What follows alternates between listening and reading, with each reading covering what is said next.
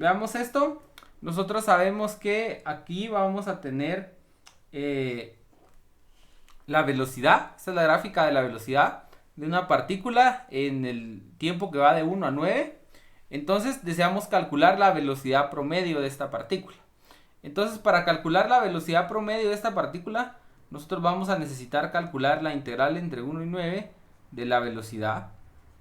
Y como nosotros sabemos, esto se va a poder realizar si nosotros dividimos esto por medio de figuras geométricas más sencillas.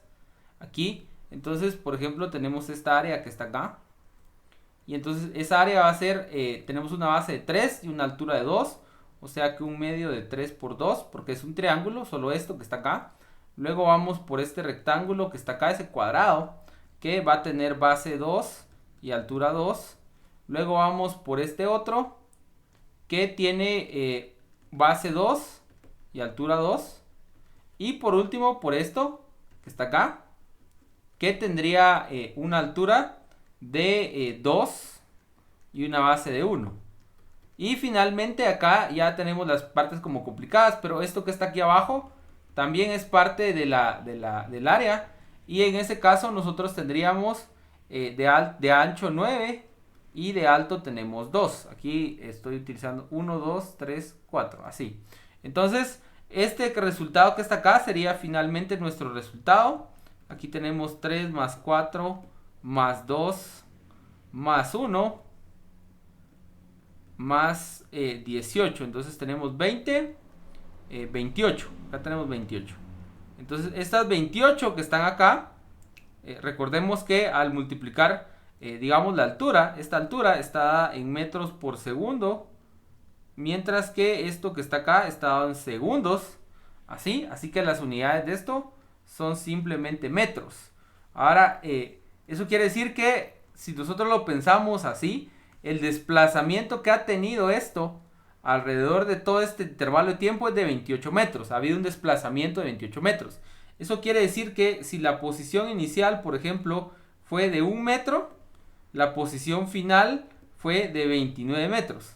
Entonces, utilizando esto, nosotros podemos calcular el valor de la velocidad promedio. Entonces, el valor de la velocidad promedio sería 1 dividido el cambio en el tiempo, que sería 9 menos 1, por el desplazamiento que hemos tenido en ese tiempo. Así. Entonces tendríamos 1 octavo por 28. Y entonces aquí tendríamos 14 cuartos, que serían 7 medios. Y esto que está acá serían metros por segundo. O sea, en promedio esta función llevó un valor de 3.5.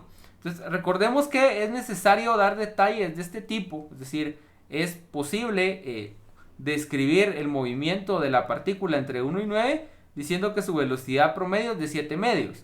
Pero eso que está ahí, esos 7 medios, no nos dice todos los cambios que tuvo en el camino.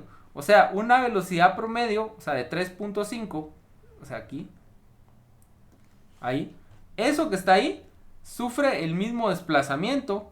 Si yo me muevo a una velocidad constante de 3.5, observemos que acá tenemos un valor en 2, pero también puede ser acá por más o menos 7.5 y también en 8.5.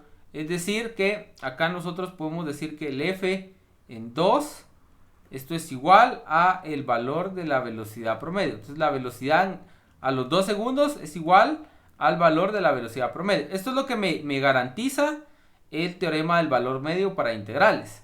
Pero en general aquí nosotros vemos que si solo estudiamos el desplazamiento, podríamos tener una partícula que se desplaza a 3.5 metros por segundo constante, o una que tiene todas estas variaciones que nosotros estamos viendo acá.